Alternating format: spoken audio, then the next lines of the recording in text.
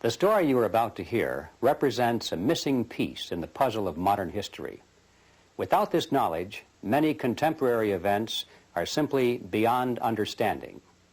You are about to hear a man tell you that the major tax-exempt foundations of this land, since at least 1945, have been operating to promote a hidden agenda.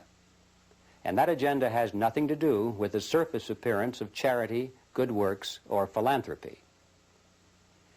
This man will tell you that the real objectives include the creation of a worldwide collectivist state, including the Soviet Union, which is to be ruled from behind the scenes by those same interests which now control the tax-exempt foundations.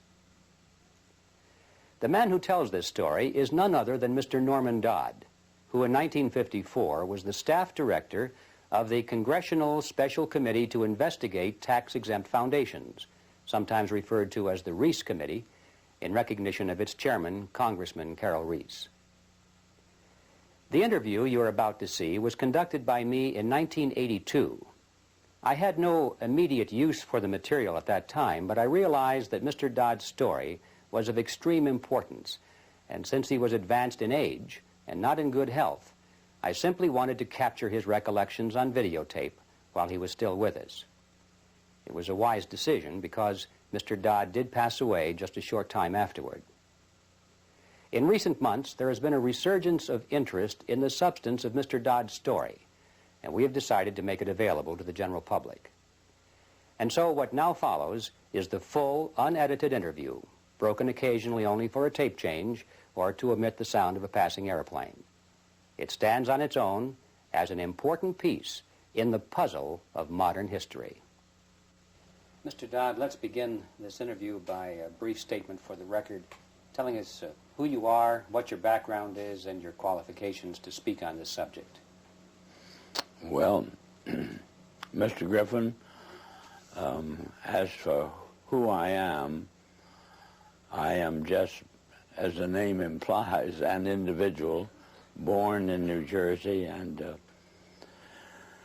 educated in private schools, eventually in a school called Andover, Massachusetts, and then Yale University, and running through my whole period of being brought up and growing up, I have been an indefatigable reader, and I have had one major interest, and that was this country, as I was led to believe it was originally founded.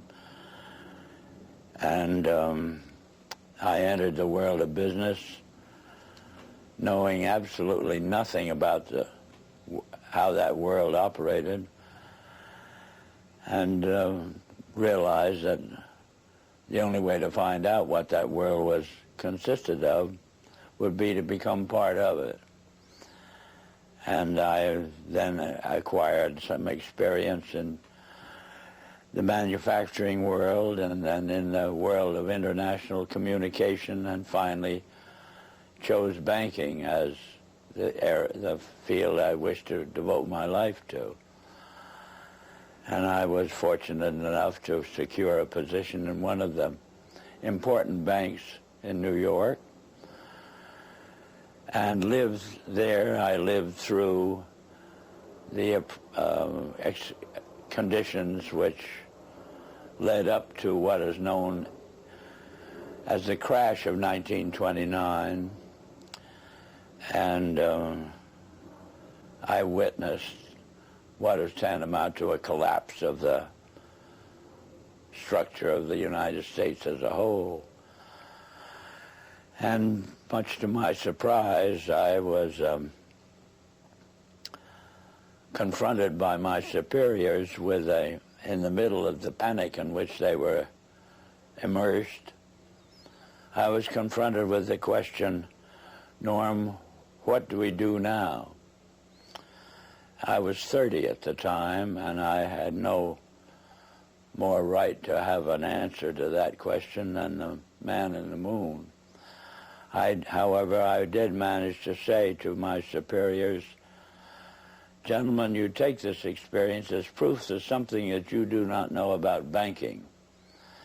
And you better go find out what that something is and act accordingly. 4 days later, I was confronted by the same superiors with a statement to the effect that, Norm, you go find out. And I really was fool enough to accept that assignment, because it meant that you were going out to search for something and nobody could tell you what you were looking for. But I felt so strongly on the subject that I consented to. I was relieved of all normal duties inside the bank. And 2.5 years later, I felt that it was possible to report back to those who had given me this assignment. And so I rendered such a report. And as a result of the report I rendered, I was told the following: Norm, what you're saying is we should return to sound banking.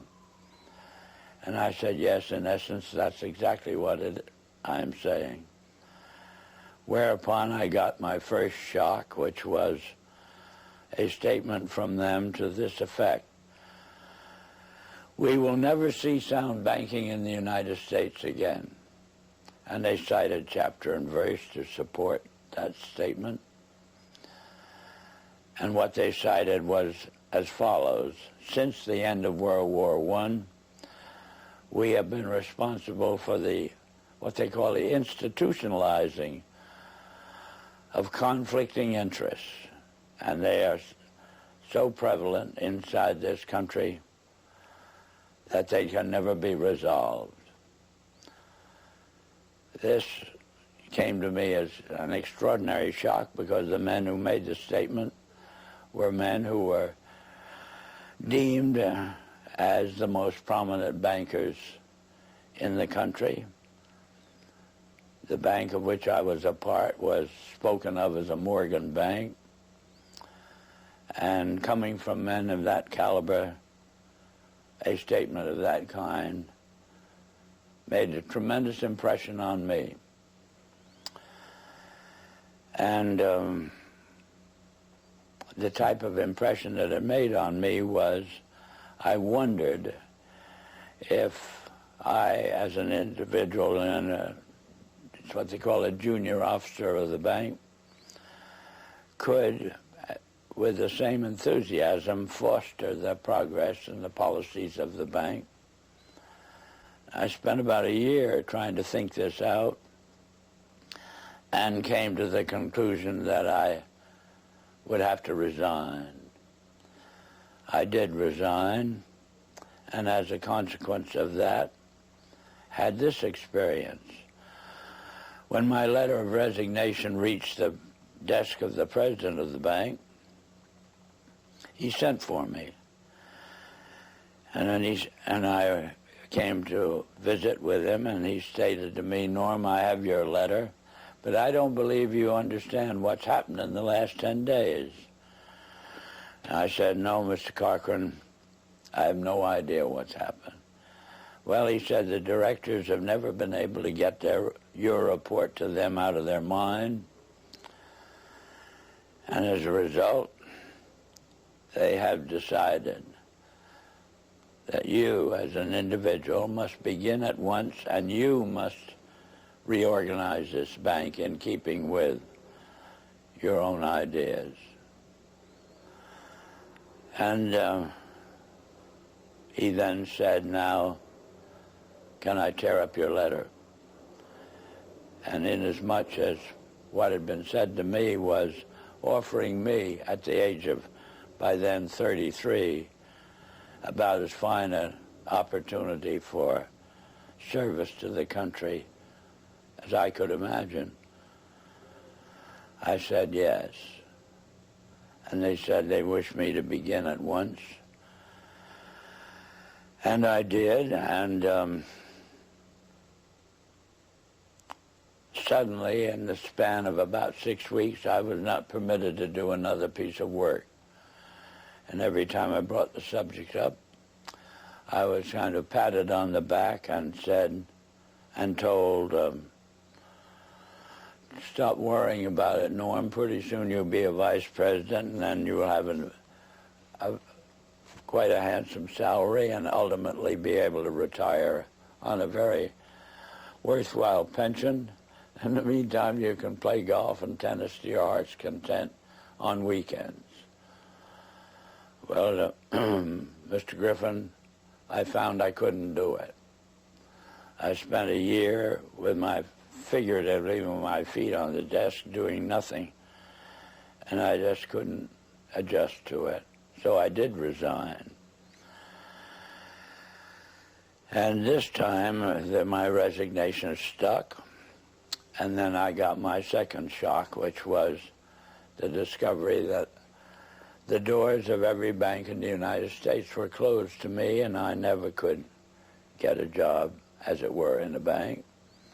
So I found myself, for the first time since I'd graduated from college, out of a job. And from there on, I followed various branches of the financial world, ranging from investment counsel to membership of the stock exchange, and finally ended up as an advisor to a few individuals who had capital funds to look after.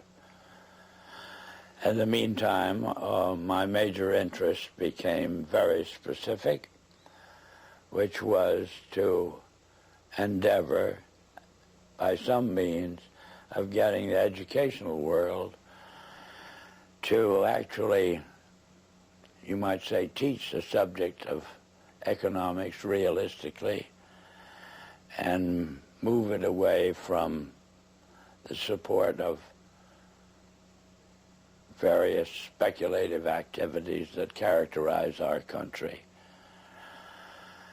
And I have had that interest, and you know how as you generate a specific interest, you find yourself gravitating toward persons with similar interests. And ultimately, I found myself kind of the center of the world of dissatisfaction with the direction that this country was headed. And that's on one direction, and the same way I found myself in contact with many individuals who, on their own, had done a vast amount of studying and research in areas which were part of the problem. And well, Mr. Dodd, if I may interrupt here for a second, at what point in your career did you become connected with the Reese Committee? 1953. 1953. Yeah. And what was that capacity, sir? That was the capacity of what they call Director of Research for the Reese Committee. Can you tell us what the Reese Committee was attempting to do? Yes, I can tell you. It was operating and carrying out instructions embodied in a resolution passed by the House of Representatives, which was to investigate the activities of foundations as to whether or not these activities could justifiably be labeled un-American without, I might say, defining what they meant by un-American. But that was the resolution, and the committee had then the task of selecting a council, and the council in turn had the task of selecting a staff, and he had to have somebody who would direct the work of that staff, and that was what they meant by the Director of Research. What were some of the details, the specifics that you told the committee at that time? Well, Mr. Griffin, in that report, I specifically, number one, defined what was, to us, what was meant by the phrase un-American. And we defined that in our way as being a determination to effect changes in the country by unconstitutional means. We have plenty of constitutional procedures, assuming that we wish to effect a change in the form of government or that sort of thing. And therefore, any effort in that direction which did not avail itself of the procedures which were authorized by the Constitution could be justifiably called un-American. That was the start of educating them up to that particular point. The next thing was to educate them as to the effect on the country as a whole of the activities of large endowed foundations over the then past 40 years. What was that effect, sir? That effect was to orient our educational system away from support of the principles embodied in the Declaration of Independence and implemented in the Constitution, and educated them over to the idea that the task now was, as a result of the orientation of education to away from these briefly stated principles and self-evident truths. And that's what had been the effect of the wealth which constituted the endowments of those foundations that had been in existence over the largest portion of the span of 50 years, and holding them responsible for this change. And what we were able to bring forward was that what we had uncovered was the determination of these large endowed foundations through their trustees to actually get control over the content of American education. There's quite a bit of publicity given to your conversation with Rowan Gaither. Would you please tell us who he was and what was that conversation you had with him? Rowan Gaither was at that time president of the Ford Foundation.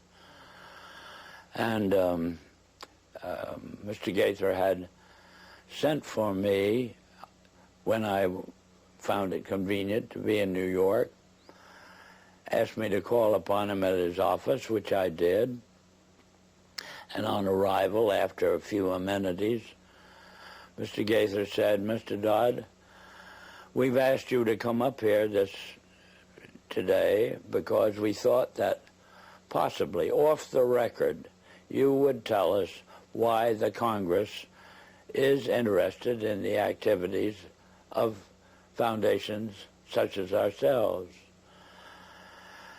And before I could think of how I would reply to that statement, Mr. Gaither then went on voluntarily and stated, he said, "Mr. Dodd, all of us that have a hand in the making of policies here have had experience either with the OSS during the war or the European Economic Administration after the war.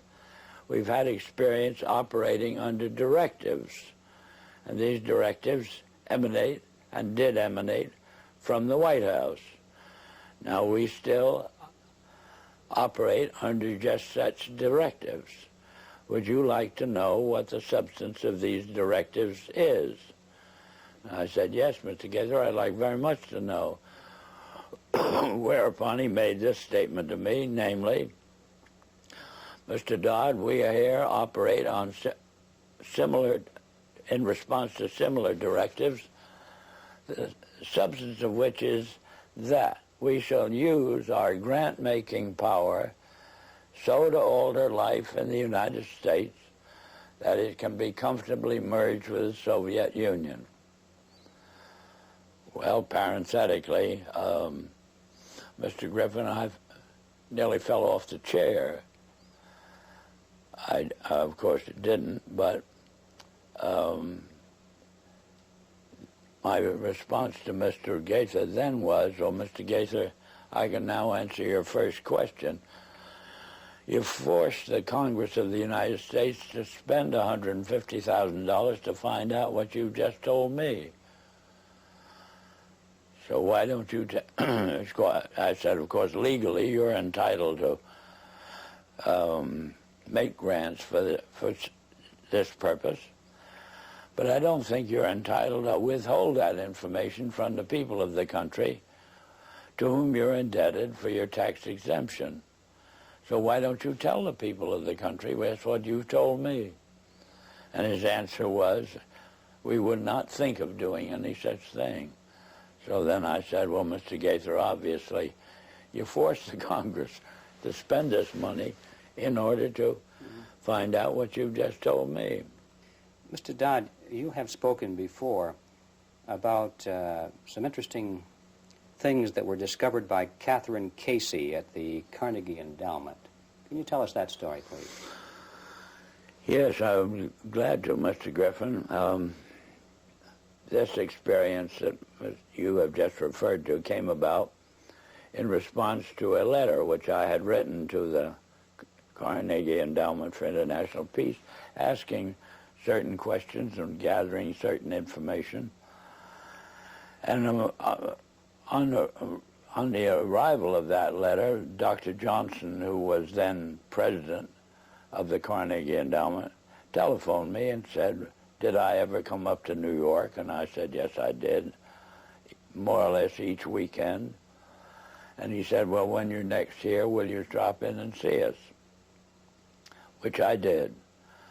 And again, on arrival at the office of the endowment, I found myself in the presence of Dr. Joseph Johnson, the president, who was the successor to Alger Hiss, two vice presidents, and their own counsel, a partner in the firm, Sullivan and Cromwell.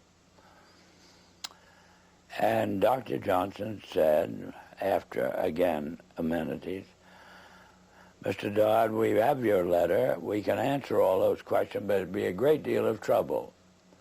And we have a counter-suggestion.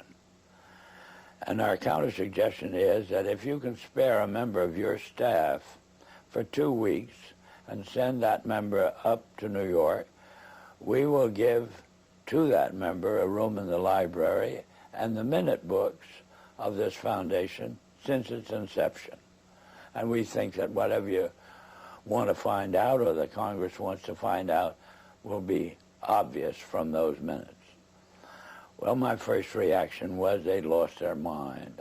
I had a pretty good idea of what those minutes would contain, but I realized that Dr. Johnson had only been in office 2 years, and the vice presidents were relatively young men, and counsel seemed to be also a young man, and I guessed that probably they'd never read the minutes themselves. And so I said I had somebody, I would take it.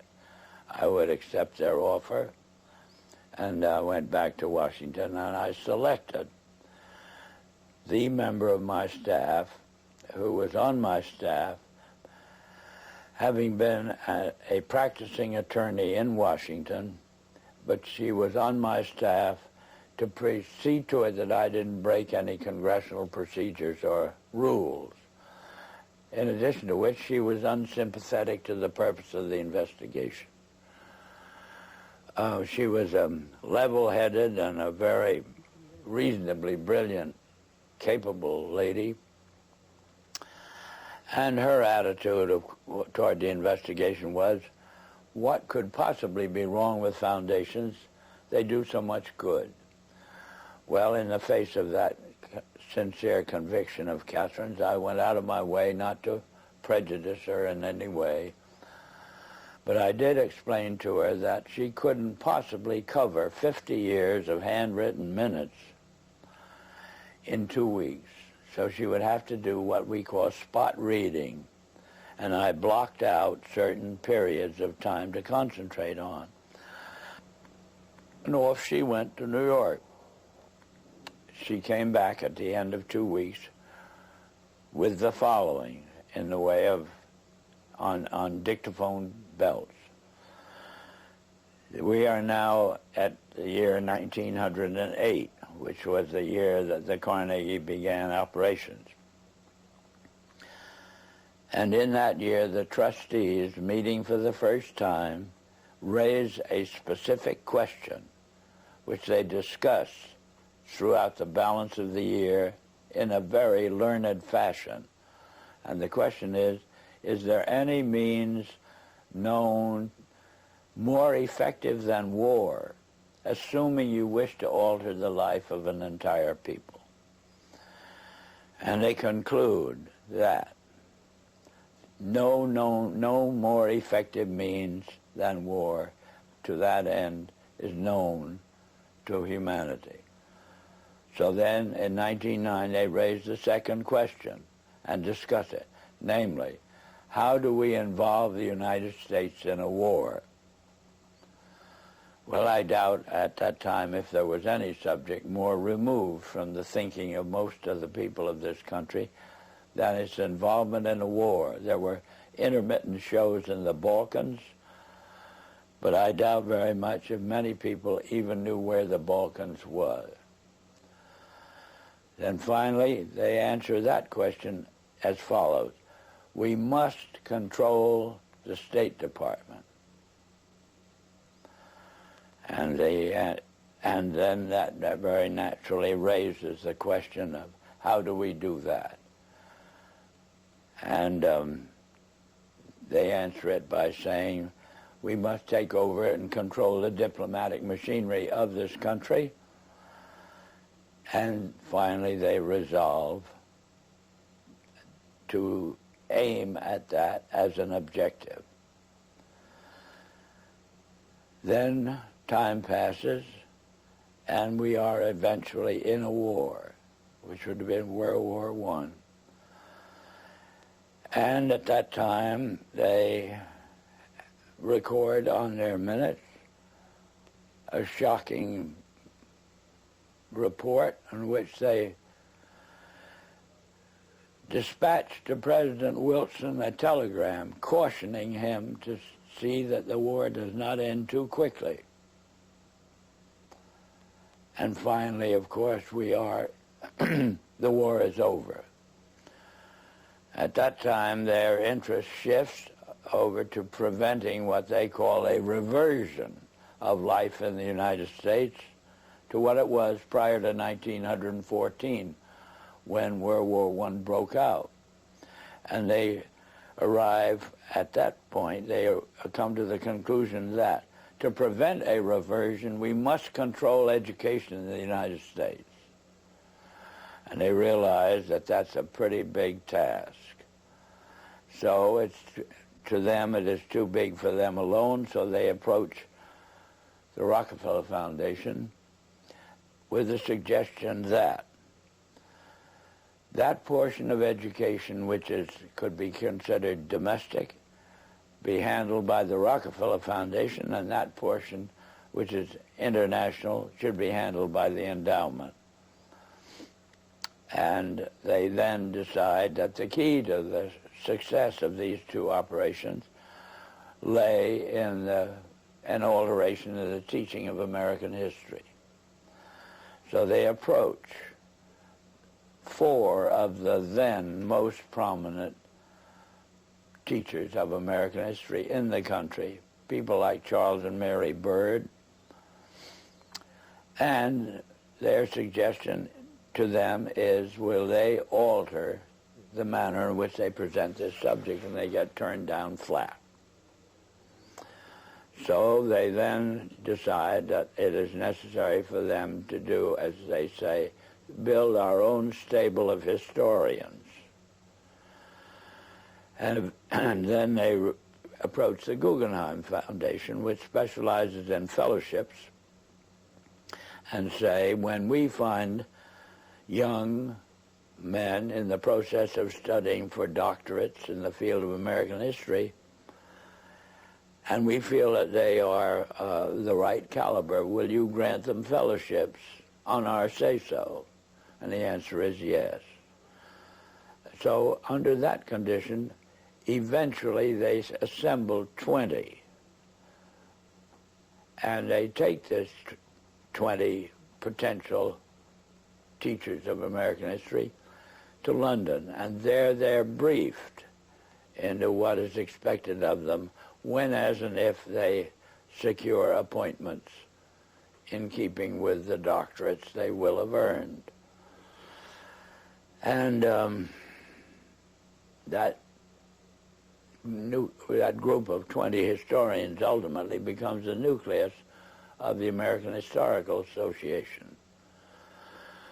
And then toward the end of the 1920s, the endowment grants to the American Historical Association $400,000 for a study of our history in a manner which points to what can this country can it look forward to in the future. And that culminates in a 7-volume study, the last volume of which is, of course, in essence a summary of the contents of the other 6. And the essence of the last volume is the future of this country belongs to collectivism administered with characteristic American efficiency. That's the story that ultimately grew out of, and of course was what could have been presented by the members of this congressional committee to the Congress as a whole for just exactly what it said.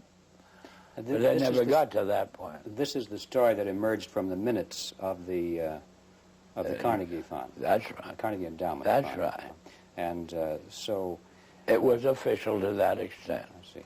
And Catherine Casey brought all of these back in the form of dictated notes or verbatim readings of the minutes. On dictaphone belts. Are those in existence today? I don't know. But if they are, they're somewhere in the archives under the control of the Congress, House of Representatives. How many people actually heard those, or were they typed up transcripts made of them? How many people actually heard those recordings? Oh, 3 maybe. Myself, my top assistants, and Catherine.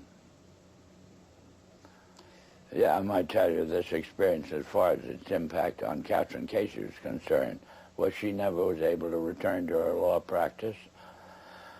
If it hadn't been for Carol Reese's ability to tuck her away on a job with the Federal Trade Commission, I don't know what would have happened to Catherine, but ultimately she lost her mind as a result of it. Terrible shock to her. It's a very rough experience to encounter proof of these kinds. Mr. Dodd, what kind, can you summarize the opposition to the committee, the Reese committee, and particularly the efforts to sabotage the committee? Well, they began right at the start of the work of an operating staff, Mr. Griffin, and it began on the day in which the committee met for the purpose of consenting to or confirming my appointment to the position of Director of Research. Thanks to the abstention of the minority members of the committee, that is the 2 Democratic members, from voting, why technically I was unanimously appointed. And well, wasn't the White House involved in opposition to the committee? Not at this particular point, sir.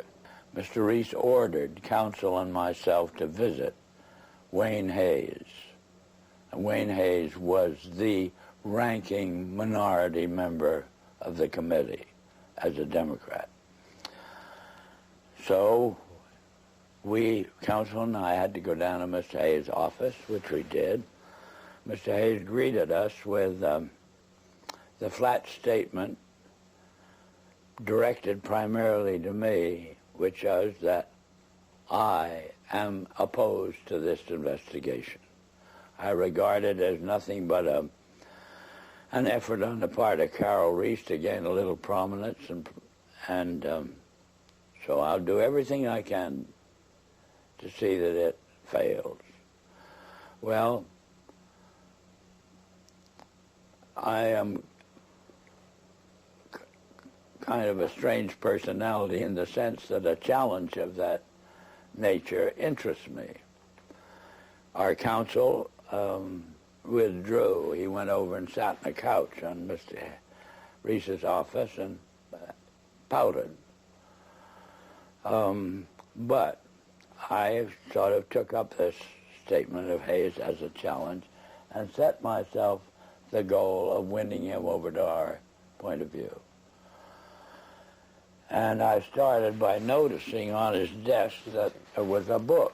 And the book was of the type that there are many in these days that would be complaining about the spread of communism in Hungary, or that type of book.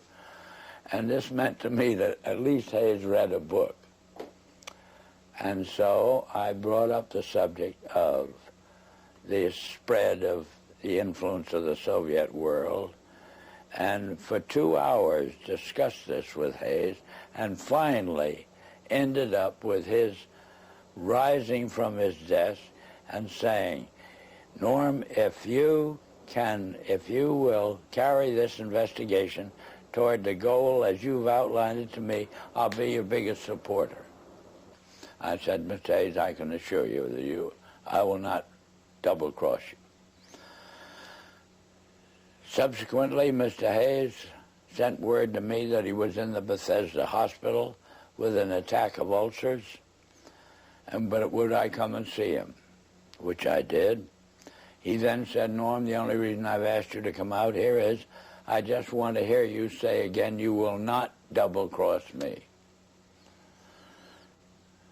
I gave him that assurance, and that was the basis of our relationship. Meantime, counsel took the attitude expressed in these words, Norm, if you want to waste your time with this guy, as he called him, you can go ahead and do it, but don't ever ask me to say anything to him under any condition on any subject. So, in a sense, that cleared the decks for me to operate in relation to Hayes on my own.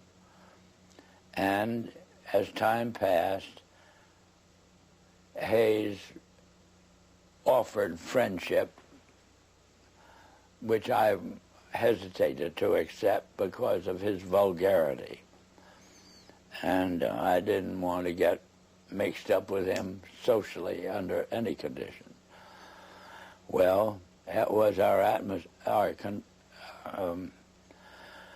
relationship for about 3 months, and then eventually I had occasion to add to my staff, and as a result of adding to my staff a top-flight intelligence officer, both the Republican National Committee and the White House were resorted to stop me from continuing this investigation in the direction that Carol Reese had personally asked me to do, which was to utilize this investigation, Mr. Griffin, to uncover the fact that this country had been the victim of a conspiracy.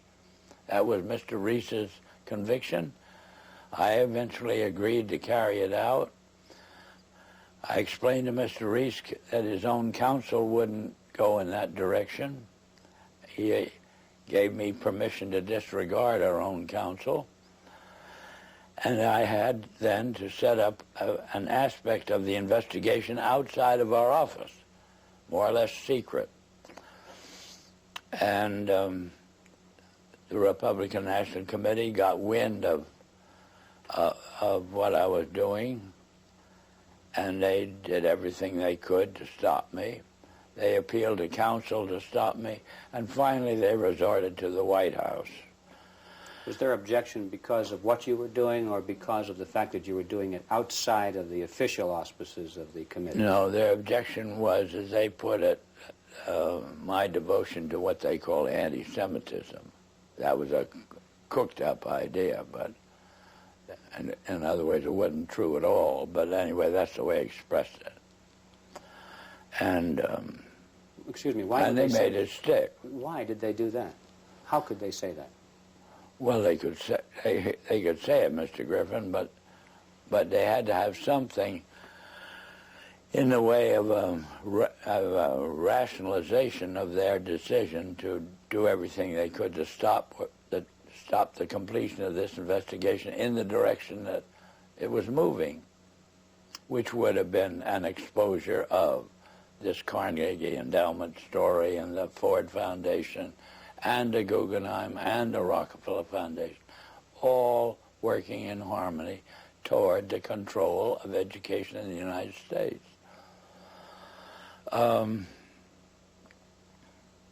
Well, in any event, to secure the help of the White House in the picture, they assigned, they got the White House to cause the liaison personality between the White House and the Hill, a major person, to go up to Hayes and try to get him to, as it were, actively oppose what the investigation was engaged in. And Hayes very kindly then would listen to this visit from Major Person. Then he would call me and say, Norm, come up to my office. I have a good deal to tell you. I would go up. He'd tell me, I've just had a visit from Major Person, and he wants me to break up this investigation. So I then say, well, Wayne, what did you do? What did you say to him? He said, I just told him to get the hell out. And he did that 3 times, and I got pretty proud of him in the sense that he was, as it were, backing me up. And we finally embarked upon hearings at Hayes' request because he wanted to get them out of the way before he went abroad in the summer. And but why were the hearings finally terminated? What happened to the committee? What happened to the committee or the hearings? Or the hearings. The hearings. Oh, the hearings were terminated. Carol Reese was up against such a furor as Hayes through the activity of our own counsel.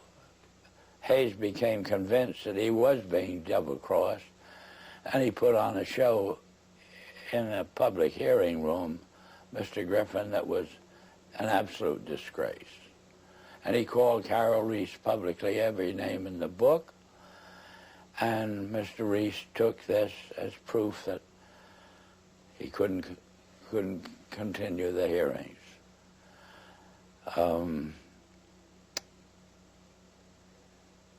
He actually invited me to accompany him when he went down to Hayes' office, and in my presence, with the tears rolling down his face, Hayes apologized to Carol Reese for whatever he'd done and his conduct, and apologized to me. And I thought that would be enough and Carol would resume. But he never did. The charge of anti-Semitism is kind of intriguing to me. What was the basis of that charge? Was there any basis for it at all? No, the basis that the Republican National Committee used was that the intelligence officer I'd taken on my staff, when I oriented this investigation to the exposure of and proof of a conspiracy, was known to have a book, and the book was deemed to be anti-Semitic. This was childish, but this was the second in command of the Republican National Committee, And he told me that I would have to dismiss this person from my staff. Who was that person, sir? Who was that person? The person? Yes. A Colonel Lee Lorraine. Lee Lorraine. Yeah. And what was his book, do you recall? The title of his book? The book they referred to was called Waters Flowing Eastward, which was a very castigation of the Jewish influence in the world. What were some of the other charges made by Mr. Hayes against Mr. Reese? Oh, just that Mr. Reese was utilizing this investigation for his own prominence inside the House of Representatives.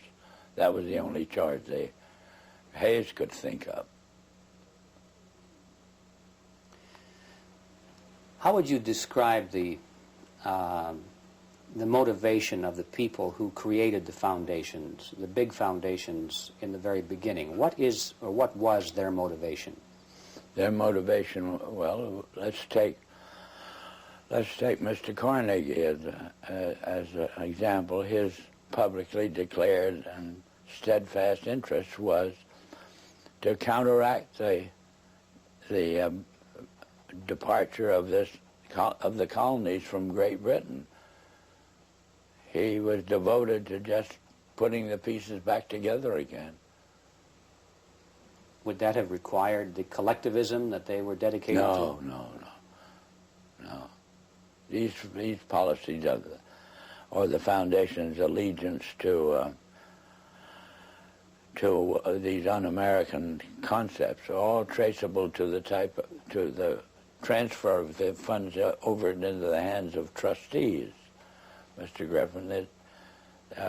Not to men who had a hand in the creation of the wealth that led to the endowment or as a use of that wealth for what we would call public purposes.